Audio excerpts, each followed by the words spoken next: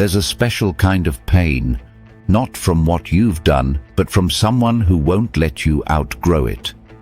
You're living quietly, finally at peace.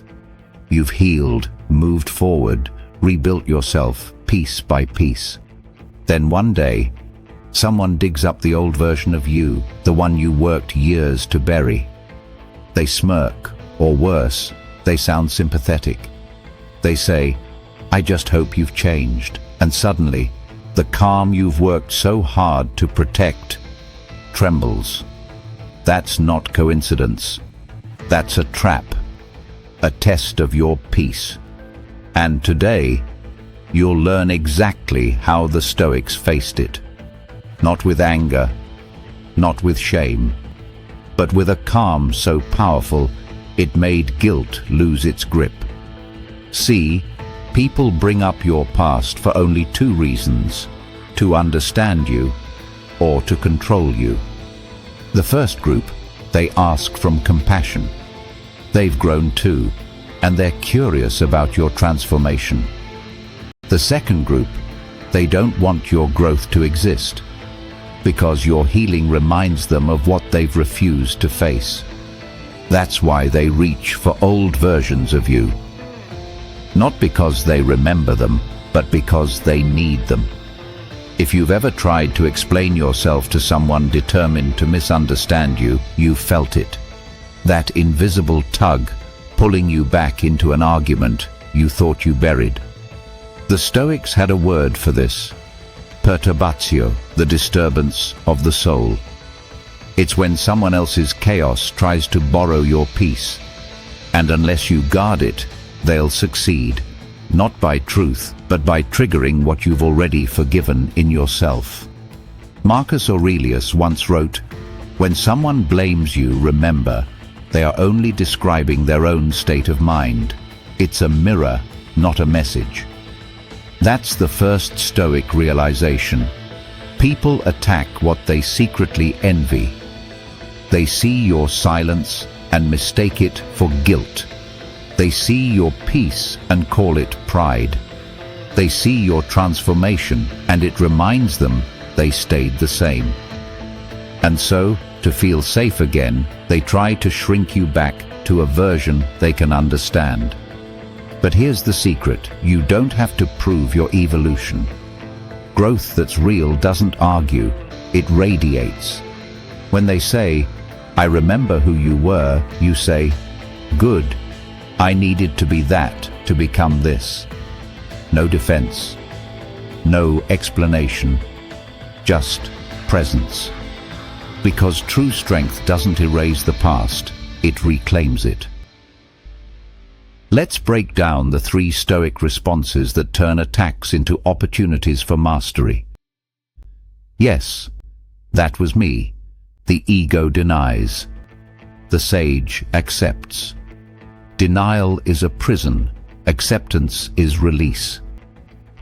When you simply say, "Yes, that happened," you do something powerful. You remove the weapon from their hands. Because the only reason the past can hurt you is if you're still hiding from it. A Stoic accepts every scar as proof of living, not failure. Each mistake taught discipline, each regret taught mercy, and each wound taught self-respect. So when someone reminds you of who you were, they're actually reminding you how far you've come. Don't flinch. Don't defend.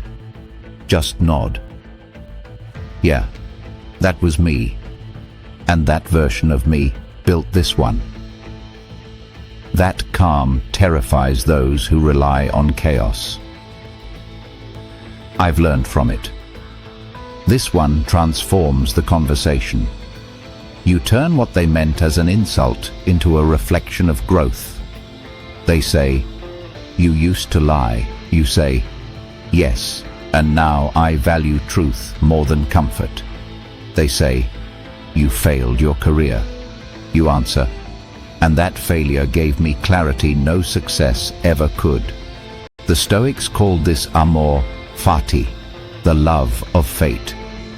It means not just accepting what happened, but wanting it to have happened because it forged your strength. When you embody that mindset, your past becomes sacred. Not something to hide, something to honor. Because the fire that burned you also made you unbreakable. Why are you bringing this up now? This question flips the entire dynamic. You don't accuse. You don't mock.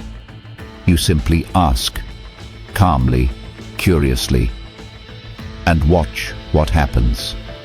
The manipulator loses their balance. They expected emotion, not inquiry. They expected guilt, not groundedness.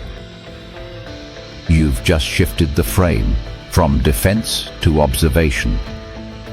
Suddenly, they're the one explaining themselves. And the truth appears. Those who reopen your wounds are often running from their own. This question doesn't humiliate them. It invites them to grow. And if they don't accept the invitation, you walk away knowing you passed the test of composure.